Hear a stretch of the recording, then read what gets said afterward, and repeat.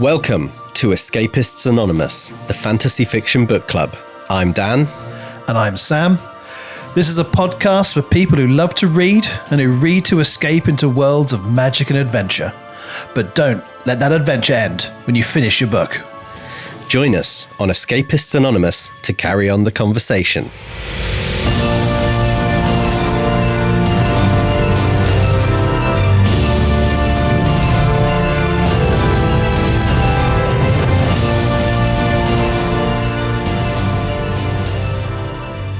Okay, so in our general trend of what books we're reading, this one's a relatively new release that we're doing this week. This is The Familiar by Leigh Bardugo. Now, she's famous for doing the Shadow and Bone series. I mean, highly successful in the sort of young adult Yeah. fantasy, and I've heard loads of good things about those series. Netflix series was made into. I have never engaged with any of it. Really. I've watched a series of it, and I did enjoy it. It was a good world. Does it fit all the kind of standard tropes of YA fiction? Is it like someone who's destined with power, or is it kind of like a little bit different? Because knowing that she was a YA author, there was some part of me that was looking for elements of those tropes within The Familiar. Yeah. And at certain points, I feel like, was she doing a comment on them? And this was her almost saying, like, I want to do a book that doesn't feel at all like young adult fiction, but here, this is kind of a message of me breaking away from it. It felt like quite a personal novel. Yeah. No, I think it, it did have that sort of central female main character who's, poor background, secret magical powers, gets discovered, and lots of conflicts pulling on her to come and use her powers for certain things. But it had some really cool different things in it. Had like there was a plot within it where it's a bit of a heist type thing also going on elsewhere within the city, and different stuff going on that I remember really enjoying. It has been a few years since that came out now, and I can't remember it incredibly clearly. Okay. So with this one, it's quite a bit of a break because it's not a fantasy world. It is very much our world. And I think this is kind of captured by the blurb. So shall I delve into the blurb and see what we think? Yeah. A woman's ambition can prove deadly. In a shabby house in the new capital of Madrid, a lowly kitchen servant hides a gift for little miracles. But when her employer discovers Lucia Cortado's secret talent, she demands the scullion perform her illusions to win over the royal court. Determined to forge a better life for herself, Lucia plunges into a world of power-hungry nobility, desperate kings, holy men, and hucksters, where the lines between magic, science, and fraud blur. With the pyres of the Inquisition burning, she must use every bit of her wit and will to win fame and hide the truth of her ancestry, even if that means enlisting the help of notorious Guyen Santangel, an embittered immortal familiar whose own secrets could doom them both. Quick. I felt that was quite a quick little blurb, and I think that does quite a good job of setting the scene. Yeah. Yeah, very, very much reflects... Yeah, the sort of where we are perhaps in the first third or so of the book. And I think what's really interesting is the opening line, a woman's ambition can prove deadly. That feels like a recurring theme throughout the novel. That's quite a good opening line to set the scene for where all of this goes. Because if you think about it, to start off, I love Lucia as a character.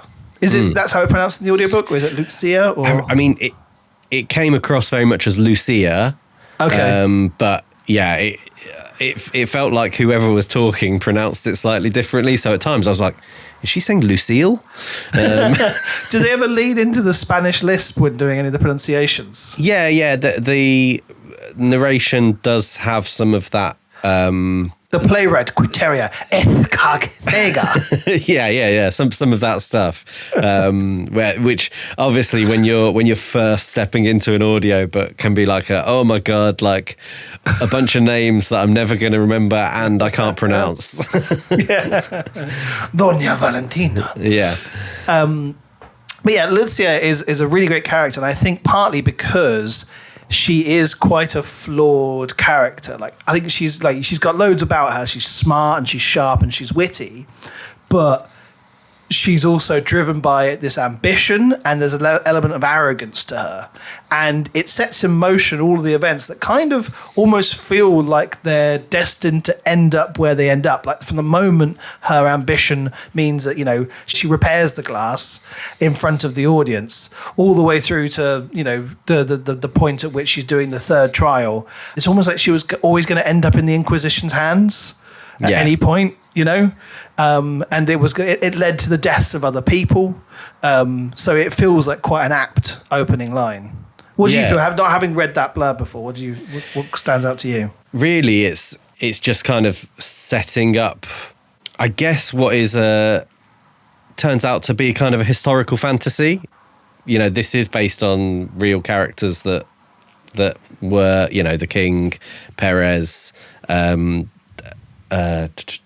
Teoda, is that how we say her name? Teoda, yeah. I mean, that's how I was saying it. Yeah. She's a real character from history who's, based on my research, sounds like she was sort of manipulated with her visions by political people to either support or oppose various factions, and obviously, when people used her visions to turn against the king, she fell out of favour with the powerful classes. But yeah, so you've got kind of several real people from history there. I think the thing that this doesn't really account for is, I think I was trying to weigh up whether I thought, actually, is this a romance story with a real historical and then magical setting?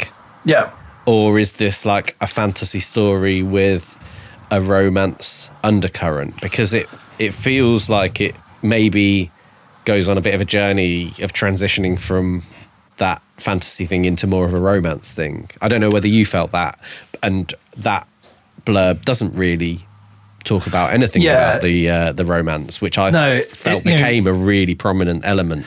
It makes Santangel seem like a more dangerous character in the blurb.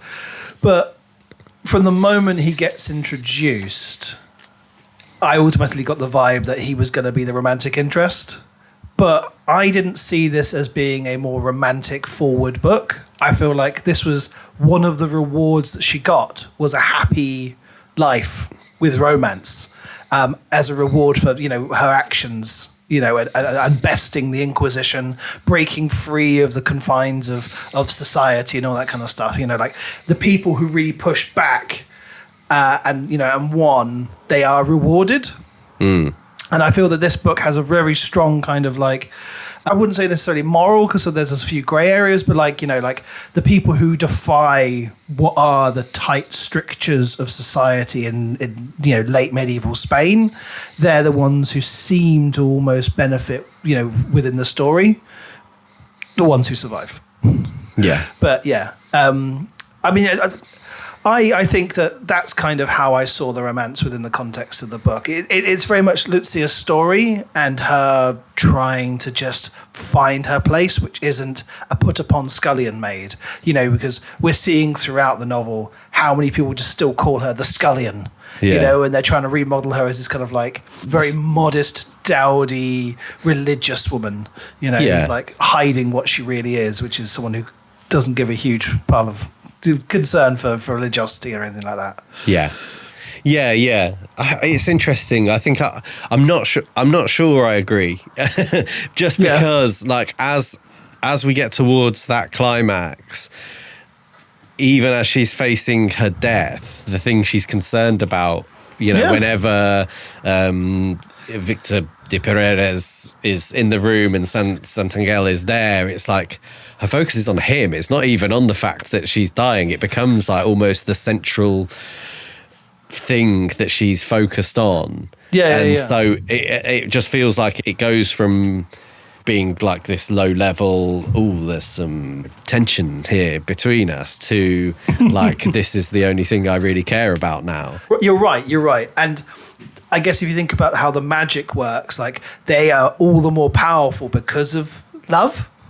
Well, when they finally consummate their desires, it's like it blossoms across the whole building, doesn't it? Like everyone starts getting Valentina and her husband, Marius, and various other, two of the male guards, just being like, "Oh, I've waited so long for this." Yeah, which I like was quite a lovely moment. Yeah. You're right. Like, romance has become like a more prevalent bit, but for me, it was always about like her finding her identity and breaking out of it. And one of those things is that, well, she's constantly told like, "Oh, you're 20 something and you're not married, you're over the hill." Like, she's defying all these conventions, and a big part of that is who she gets with. Who, like, rather than being like, "Oh, well, of course you just become a maid who just moves from house to house or stays with Valentina for the rest of her life, and that's your lot in life." And she's saying, no, it's not. It's not that. I want to do so much more and be so much more. And there's so much of that is kind of like, it ties in with the trajectories of so many other characters. Yeah. So think about, like, I mean, from the off, my favorite character is Valentina, Doña Valentina, because she starts off as this bitter, horrible kind of like, she's just where she is in life has crushed her down, and it's made her this very unhappy person. She's in a marriage with a man who has no interest with her. She's bound to the house. It shows that even someone who is supposedly aristocracy, lower middle class, I'm not quite sure what the structure is there, but she can't go out during the day. So she's tied to the house and bound to her. Like, the only way she gets any kind of emotion in her life is going and having arguments with the scullion and the chef. It's almost like she's the kind of person that needs to be in a fight club. Like, "Oh, hit me so I can feel." Yeah. That kind of thing. And, but when she sees this opportunity that's presented by Lucia's miracles, she starts off by doing it in a really kind of like, "This is for me, grasp, grasp, grasp. I have so little, this is all I want." And it's only when she kind of like progresses and goes on and bonds with Lucia that she just transforms into this much more open, loving, giving person. And like, seeing a character like that, rather than being like, they're cast aside, being given the space over the course of the novel to become someone so much more interesting and developed. Like, there's the point with Marius where they the magic affects them, but they'd already been kind of talking and gossiping about other people beforehand, and afterwards that continues. And then Marius has that opportunity to prove that he's a good guy as well. Like, give Lucia the horse. She's like, "Go on," and it's really pushing it, and then he fails. And it's almost at that point that Valentina's like, "Okay, I've found the limits of this man. He can't go on this journey with me. Like, he's not interested in this kind of growth." And then she goes on to have that romantic relationship with Quiteria Ezcárcega. And like, I love the fact that, she then forms her house into an art commune at the end. And her sad Marius husband just sitting there at home being like, "Ooh." Just passive aggressively drives her husband out of that. Yeah, it was great. Whether she was my favourite character throughout, I don't know, but her arc was my favourite. Yeah, absolutely. And that kind of ending up in that position where they go to the torneo and it's made very clear that Lucia becomes the priority. It creates this dynamic where she has to be like the caregiver, and it puts her in this position. Obviously, she's always wanted to be a mother, and I don't know that Lucia ever sees it this way, but I think she starts seeing herself as like kind of this paternal type of figure to Lucia. And I think possibly the damage has been done in their relationship prior to that a little bit. But all of a sudden she's like, "Oh, I love giving care to people rather than being horrible to them." Yeah. And it kind of, her mind opens and she sort of thinks, looking at the way that Lucia has challenged her sort of station, thinks, "Well, why do I have to live this misery?" There's a line in it, I can't remember, but it's towards the very end where she's like that they have something in common, where they're two people that have always been overlooked, or something like that. You see it throughout, like, Valentina's constant desire to want to just feel and be more. Like, she has like 2 dresses, and you know, and like, I think the point you say is really, like, that's really on point, is when Lucia's like, you know, the damage that's been done between the relationship means they'll have affection for each other,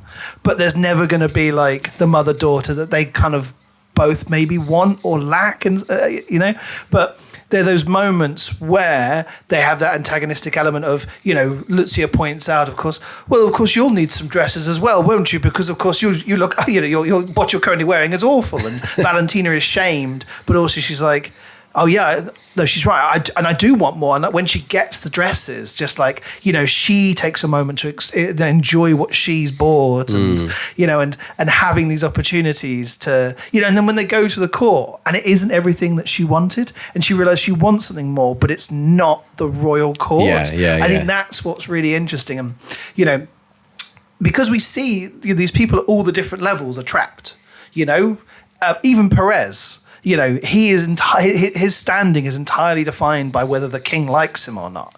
And he's utilizing the lower classes to help set up this elaborate ruse so that he can make a break for it or whatever. He's also incredibly sad because all he wants is power and freedom, but ultimately the only person who really has it is the king, and he doesn't appear in the novel.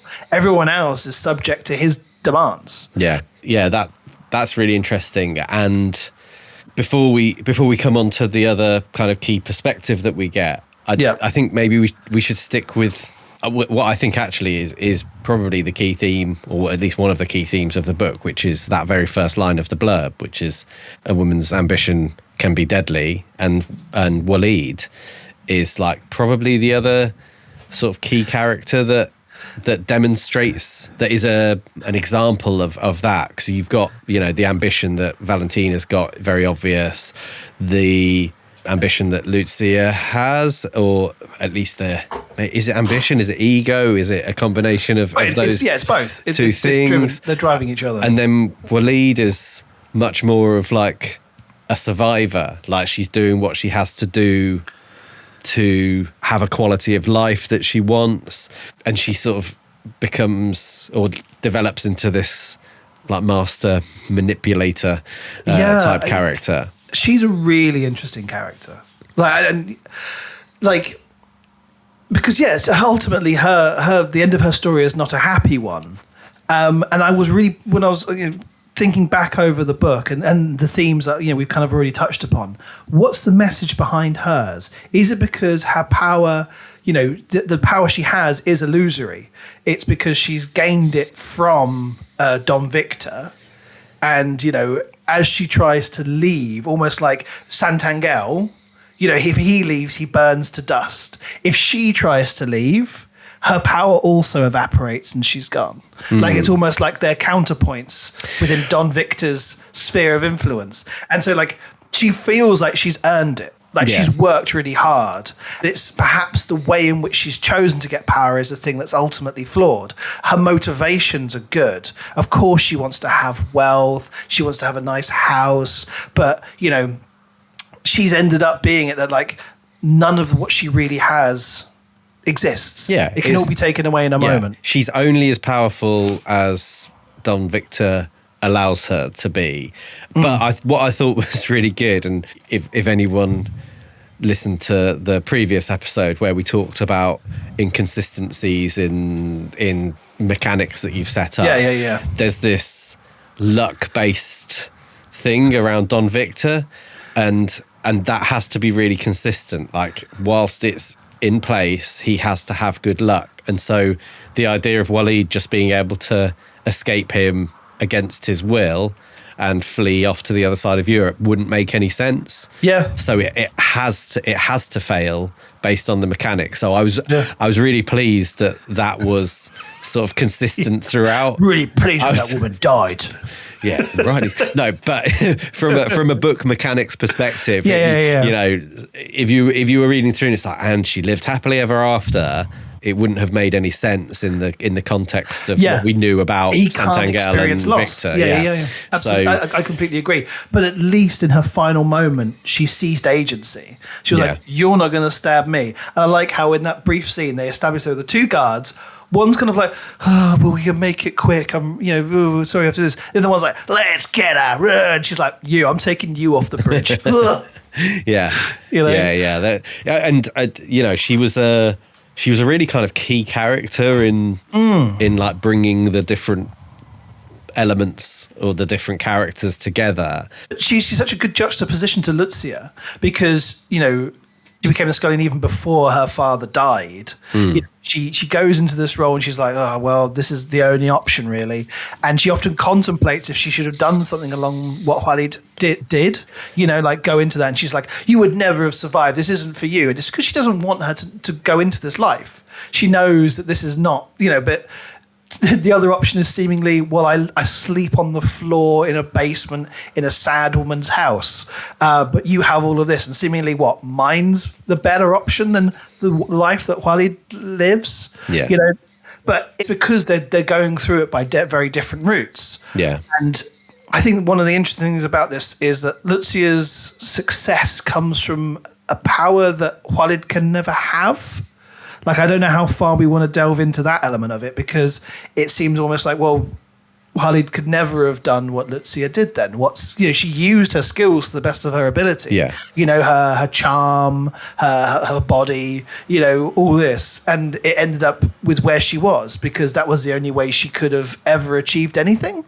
But because Lucia was born with the ability to use the words, something which Walid could never have done, never had those skills. Yeah. And therefore she feels bitter towards Lucia. Do you know what I mean? Like, there's still, while we break down society, there's still this element of like, well, you're born with what you're born with, and it's about making the best of that wherever that leads. Yeah, I didn't really get the sense that Walid was majorly bitter about that, about the fact that she didn't have the magical powers. I thought she was quite kind of pragmatic about it. Okay. And she was trying to say to Lucia, like, stop being an idiot. Like, this is the world we're in. You've got to use what you've got. Like, do you think I like having to, sleep with various men? I do this because it's this or a dreadful lifestyle. Ending up like your parents who died mad and sick. But she's constantly like, she calls Lucia a fool. Like when she first, she's like, you fell for Doña Valentina's like trick with the dress. Like, why did you do the glass in front of the people? Just take your licks, embarrass everybody, and go back down to the basement. And then she's like, and then you go ahead and you do the candle thing and make everyone else pay even more attention to you. Like, at every point, Walid is just like, what are you doing? But then she says that she's kind of been reverse psyching her into like doing that, because she's like, and that was one bit where I was like, right, what? So did she want her to do that all along, or was it just as things went along and she started noticing that Lucia had this ego and this kind of desire that probably wasn't going to go away, and probably recognised like a sort of reflection of her own ambition, and thought, well, do you know what? Torneo's coming up. I don't know. I mean, unless we say that that was because Don Victor was looking and his luck dictated that she feel that should go that way or something like that, and how deterministic we're getting. But like, for me, it just, I read it as, she's like, well, we've crossed that boundary now, so now I need to encourage you. And retrospective logic dictates that, because I'm always on top and I'm always in control, that I must have done this. And I was just like, that shows the flaw in Walid's character rather than anything else. Yeah. Because we can have unreliable narrators with that kind of stuff. So for me, I just played that off as, oh, that makes more sense, because there's no way that she could have predicted that, Doña Valentina was going to do the trick with the dress and all this kind of stuff. Yeah, I thought she was an absolutely great character as well. And yeah, her whole, counterpoint to Lucia, I think worked really well, because it's also how they identified with their ancestry. Because, Judaism plays quite a prominent part in the novel, but in a very hidden way. It never actually gets exposed, really, does it? Other than, I think Don Victor at the end is like, was it? No, it's Teoda knows. Teoda knows. She's just like, oh, of course, my angel told me. But other than that, it's not like the Jewishness is the thing that upends it or anything like that. And I thought that was really nice just to have it built into this kind of background of, we hide ourselves because that's what we do. Like, Walid becomes, what's her name? Catalina Castro de Oro. Yeah. you know.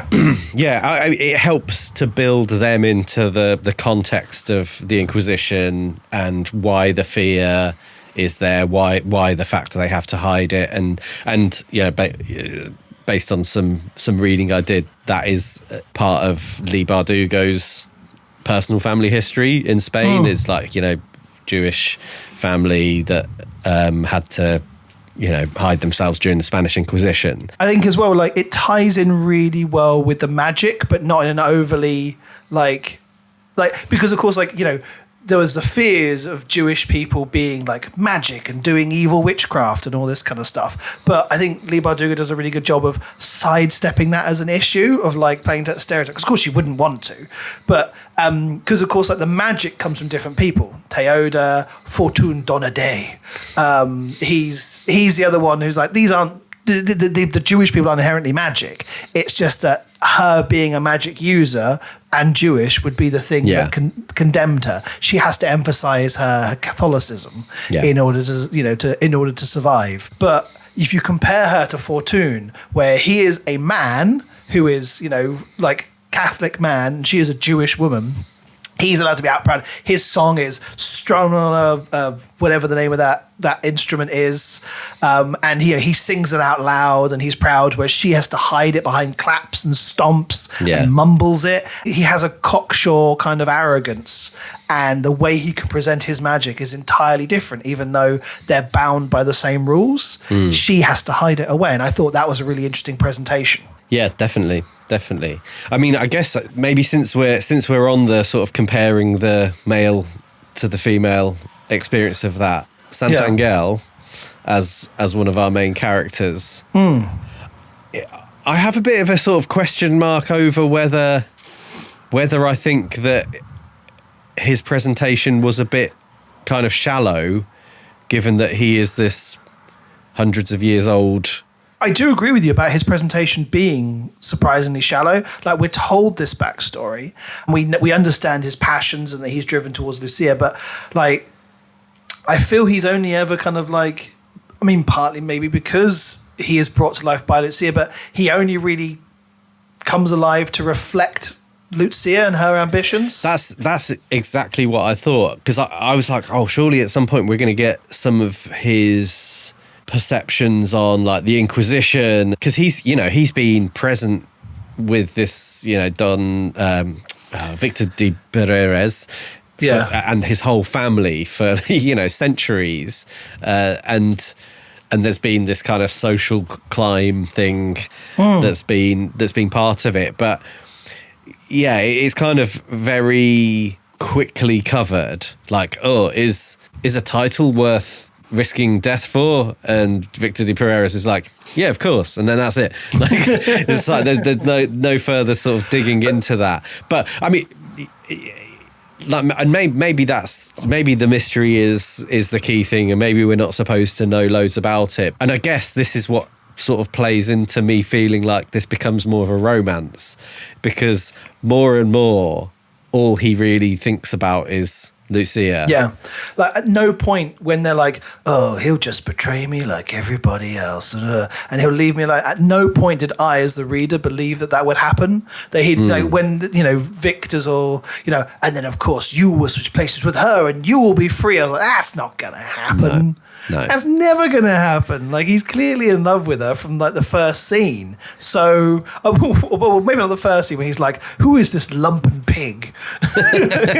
But, you know, shortly afterwards. That's just power dynamics. So. Yeah. Exactly. But it was interesting. And there were some cool features about him, like the fact that he was kind of almost invisible to people in rooms. Yeah. Like, they just wouldn't see him there, and then like when it was pointed out, they'd be like, what the yeah, it's like a guy with white hair in the corner, like a young man with white hair and like shocking white hair. It's like, how did I not see him?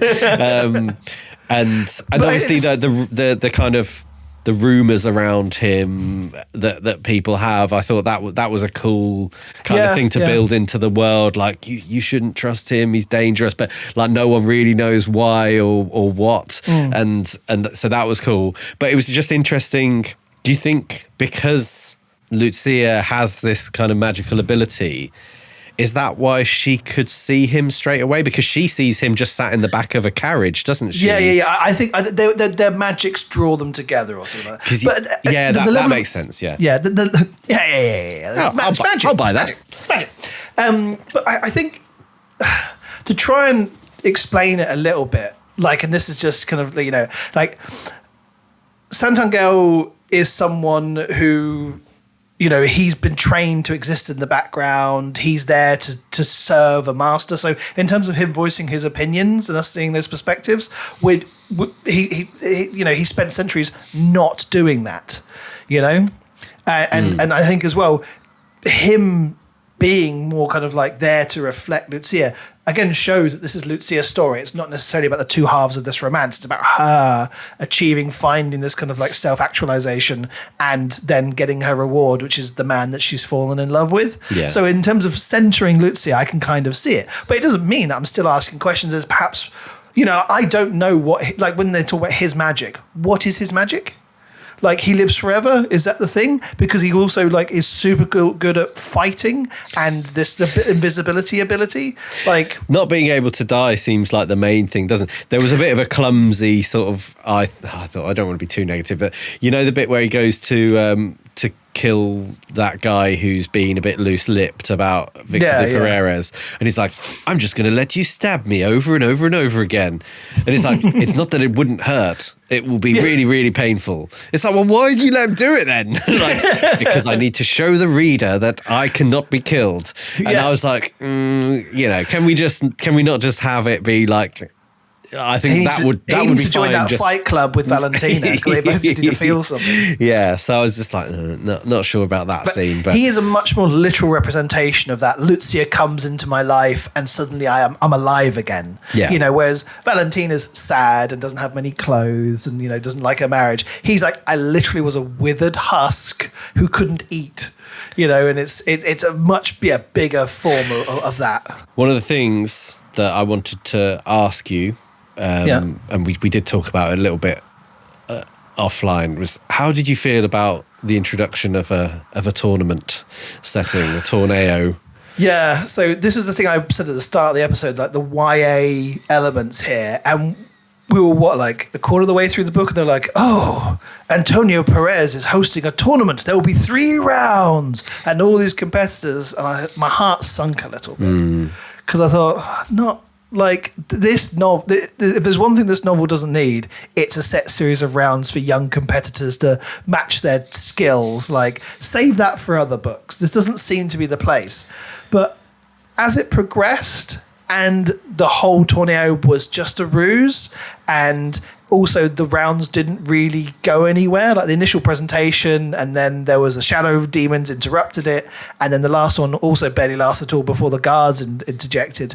I kind of felt like, was it Leigh Bardugo's commentary on those YA novels, or was it too intrinsic a part of the book for us to really excuse it, because it's still a way for her to structure the storyline and how it progresses? What did you think? Well, I had the same thing, and I think this trope, we call it a trope, like, I've sort of run out of steam with it, you know, Hunger Games, Serpent and the Wings of Night, Red Rising that I read recently, like, just, you know, and I think it does make it feel more YA. Obviously, we have a bit more kind of graphic, sexy stuff and things like that. Well, that not as graphic as Serpent and the Wings of Night. Certainly not as graphic as that, but but yeah, I was just a bit like, I feel like it wouldn't have been that difficult to create another way of bringing all of those people with those magical gifts together, with you know, Perez having that kind of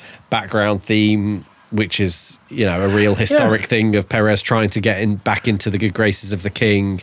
Because like the tornado is an artificial structure, right? Not just in terms of the structure of the book, but in terms of how the characters and, you know, Antonio Perez is using it. Like, he's using it to be like, oh, I'll have this ceremony, this big pomp and circumstance thing, and that will provide me with the cover that I need, the attention of the king, yada yada.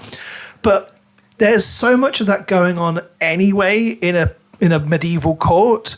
You know, like, why don't you have it that there are certain events, dances, feasts? Yeah. You know, just if you want to tie in so much of Catholicism, religious holy days. You know, there's so many of them in the calendar, and have it as being like, oh, the upcoming All Saints Day. Yes, we will utilize that to be our chance to, you know, because we've got several months while the court is in session over summer at Antonio Perez's house. We will use the summer, which is a way to structure it, to try and win him over. And by the end of it, he will choose his favorite. So then you can have it without having to have rounds, and they're just utilizing different events within the court that were already there. Yeah. To use their skills, being like, oh, at this feast, I will create the food, or I will provide the entertainment. Like, do that. Yeah, and because I think the draw of, you know, magical tournaments is that they give you that, you know, we've talked about structuring a book so that you make sure you have like a premise or a promise at the beginning and then progress through to a payoff. And tournaments with 3 rounds give you this absolute kind of round 1, and then we progress to round 2 and we lose people, and then we progress to round 2.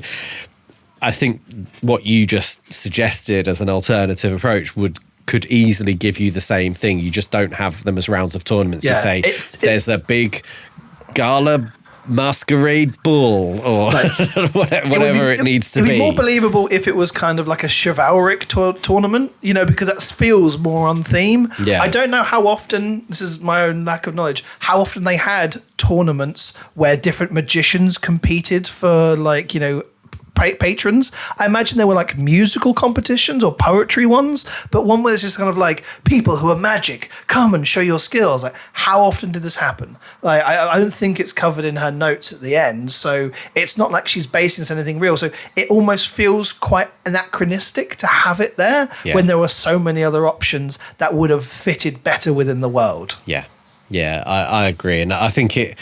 You know, it didn't necessarily make it unenjoyable or anything. It was just, there was, for me, an immediate eye roll for it. And I was like this, you know, because I think by the time that came up, I was sort of leaning into the historical side of things. And that's what, like, you know, going back to the blurb, it doesn't mention the tournament.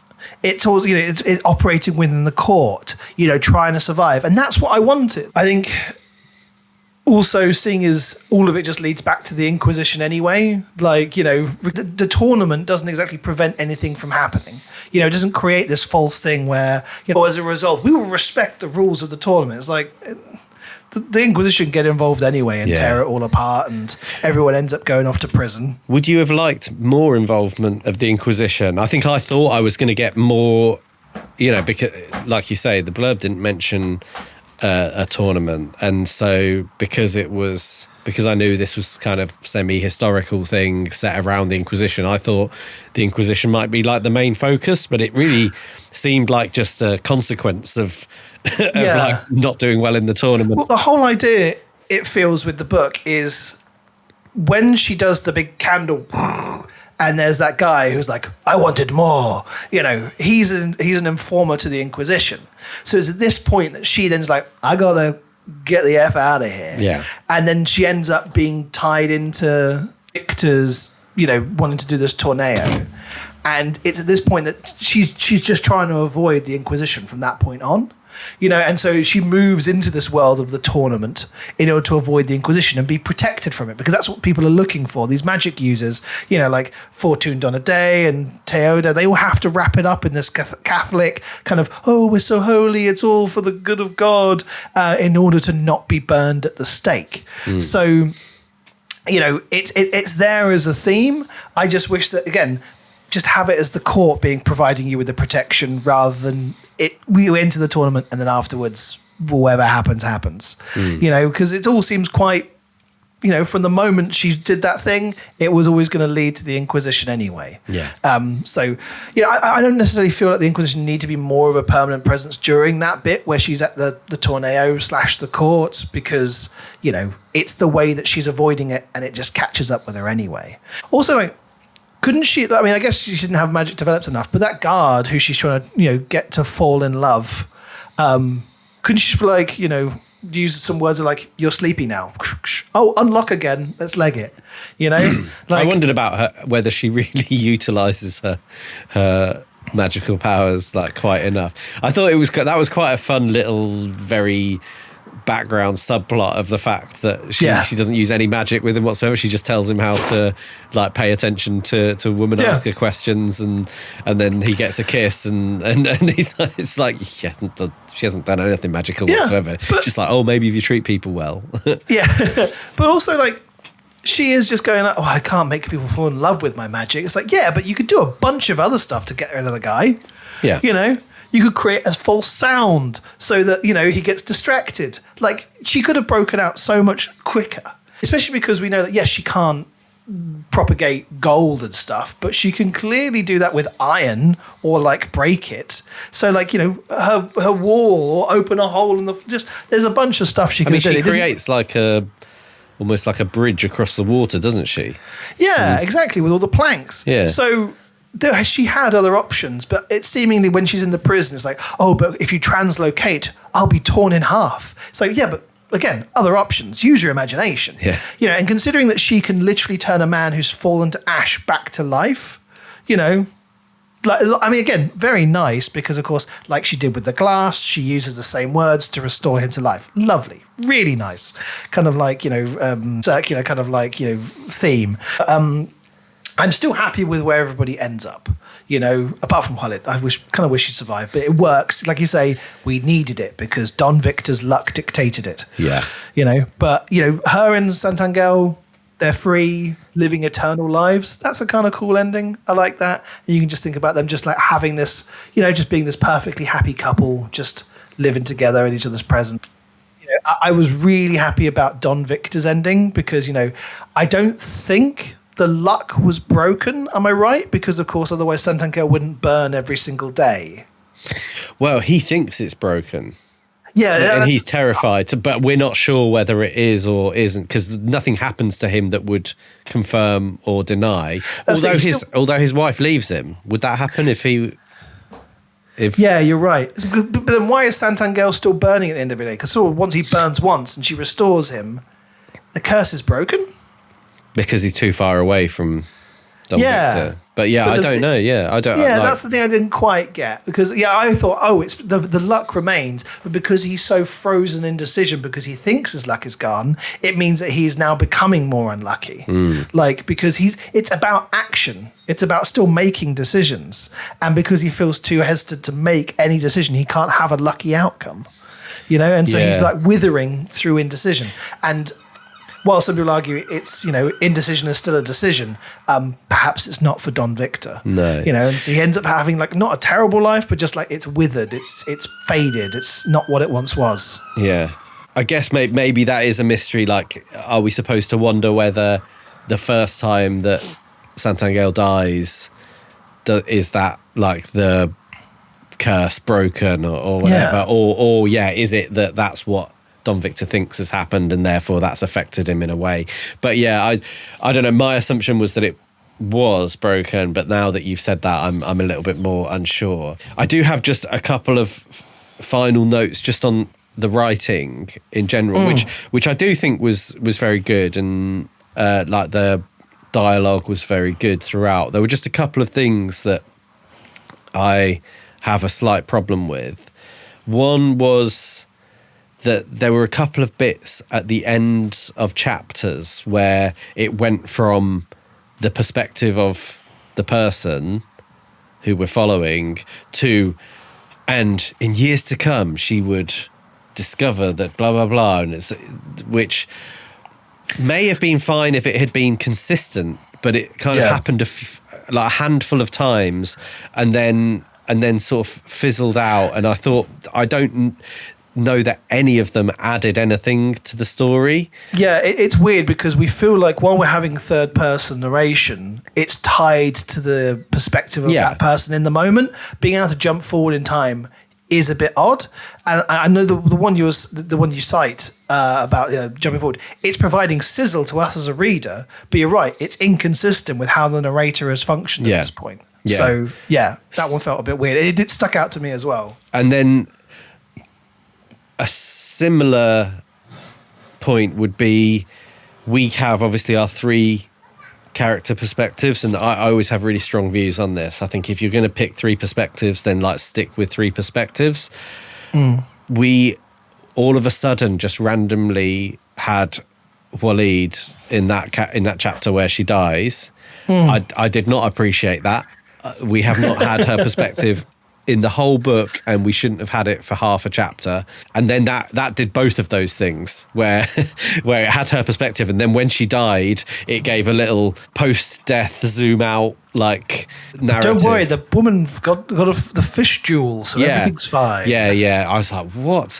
Like, this should just be a Don Victor telling Lucia or somebody, or Santangel. My surviving guard reports back that she fell off a bridge, taking one of the guards with her. Yeah, and it happened again at the end where I think we had like the king's perspective. It's like literally King hasn't even been a part of this story. That's almost like that kind of end of an 80s movie being like, let's see what happens to all the characters after the end of our story. It's like, so-and-so graduated from high school and went on to become a plastic surgeon. It's like those kind of things where you get all those little glimpses of all of their endings. Yeah. Which I didn't mind. It was it felt like his own little thing at the end of the book, but it's still, we suddenly thrown in all these other perspectives. Maybe it works better at the very end of the book than it does like in the middle. And again, this is just my kind of view on perspectives. I just think books read better when you know that there are, by the time you're a quarter of the way through, you know that these are the people that you're following through. And some books do that. Some books really go in on like that. Yes, it's third person, but what we're really hearing is the perspective of that person from the third person, if that makes sense. Yeah. And other books, like some of the early, Terry Pratchett, are a lot more like, I am a narrator viewing this whole story and I'm going to tell you about this and that. But if that's set out early, then that's fine. Like, that's what you're expecting from the rest of the book. So if you set expectations and then do something slightly different, I think that's a bit weird. Anyway, that's just my soapbox rant.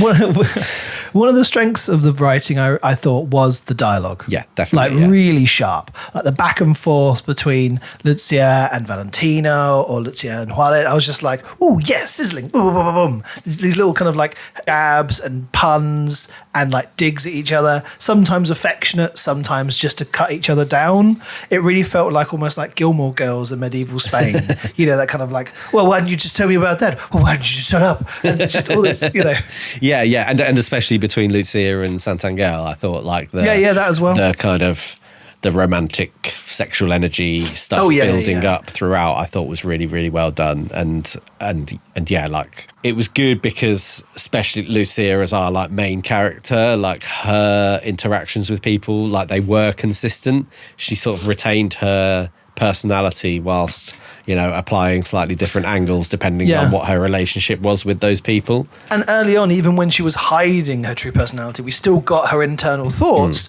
to know that she was actually still being a really catty bitch, just didn't want to say it, And when she started to show it a bit more, everyone else was like, oh, where's this outspokenness come from? And we know it was always there. I thought that was really well done. So on the whole, I think good book. I would recommend this to people. Yeah. It was one of those ones where like I think I'd be looking for certain friends that I've got who maybe they read quite a bit of romance stuff and they're interested in fantasy. It's interesting. The people I've recommended this to are people who don't read fantasy books. Oh, really? But they enjoy a good kind of like a slight romance set in a historical period. It's very light on the fantasy. Yeah. And, it's big on the historical scene setting and placing the magic that exists within that context, which is why I think the magic is quite an acceptable amount for people who don't necessarily read books where it's all about magic. Yeah. Dragons and big fancy kingdoms, that been at war with each other for ages. It's a way more accessible version of that. Yeah, definitely. I mean, I enjoyed it. It didn't blow me away or anything. I was expecting to be more blown away by it because it had such great reviews. It's been, another one of those ones that at the end of last year was on, Goodreads. And I was just like, oh, right, this is going to be great. But I was like, yeah, this is solid. I really read it quickly. It's always interesting to look at something that's a little bit different from your sort of classic epic fantasy. Or I feel like we try and do that quite a bit. There are so many different forms of fantasy, and I feel it definitely falls within the fantasy world, but just in a very much more kind of light, accessible way. So yeah, that's where we are. I guess it's a silly question. I don't think either of us want to live in 16th century Spain during the Inquisition. Oh, hell no. I don't think it's really written to make you want to live in this world. But yeah, those are our views. Be really interested to hear what anybody else thinks about this. It's a big release. Leigh Bardugo, very well-known, successful author, TV adaptations, etc., etc. So yeah, do get in touch if you are watching on YouTube. Comments down below. Make sure you like and subscribe while you're here. If you just want to get in touch on social media, then send us a message on Instagram, TikTok, Facebook. Just look us up at Escapists Anonymous Pod. And yeah, drop us a message or leave us a comment. In 2 weeks' time, we're going to be finishing off our first trilogy. Woo. So, finally it's doing the third book in a series, which I'm really looking forward to. Do you want to tell them what it is? It's going to be The Book That Held Her Heart by Mark Lawrence. So finishing off the library trilogy that started with The Book That Wouldn't Burn. And really looking forward to doing that one. So if you've been listening to the 2 previous episodes on that, tune in 2 weeks' time, because we're going to finish it. And hopefully try and pick up some more finished series as well as we go throughout the year. Indeed. So rewarding commitment. Eventually. Yeah. Yeah. Very excited to finally finish that off, and fingers crossed it lives up to expectations. So yeah, join us then for our next episode. Thank you for watching, listening, wherever you're doing so, and we'll see you in the next episode. All that's left to say is goodbye from me. And goodbye from me.